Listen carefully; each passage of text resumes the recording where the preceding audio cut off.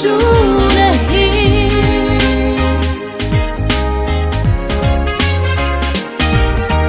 Hin na đầm na ai pe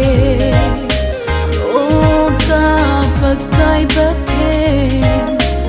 mo na ding nang lâu ken ka nei po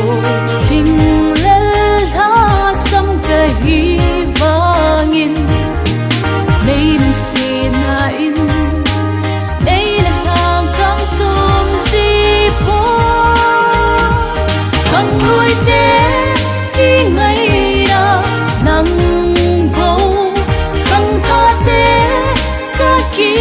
le nau le hi ka ding u na phat na ho chu ti nei lo ka ding u va hình sinh phó thiên Chúa đã hiện.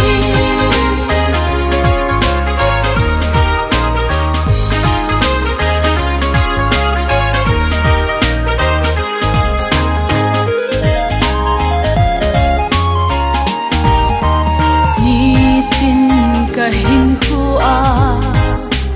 ay lam hil ka bagay kanung ka maay ching nahi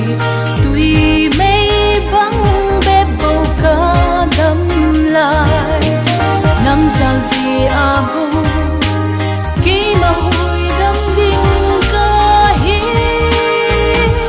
kang nguy te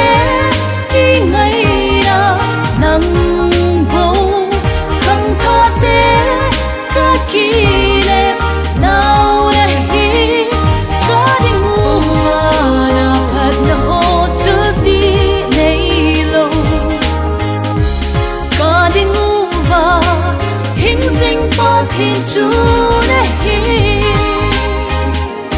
Có đi ngủ làm hạt na ho chớ đi nay lâu. Có đi ngủ hình sinh phó Thiên Chúa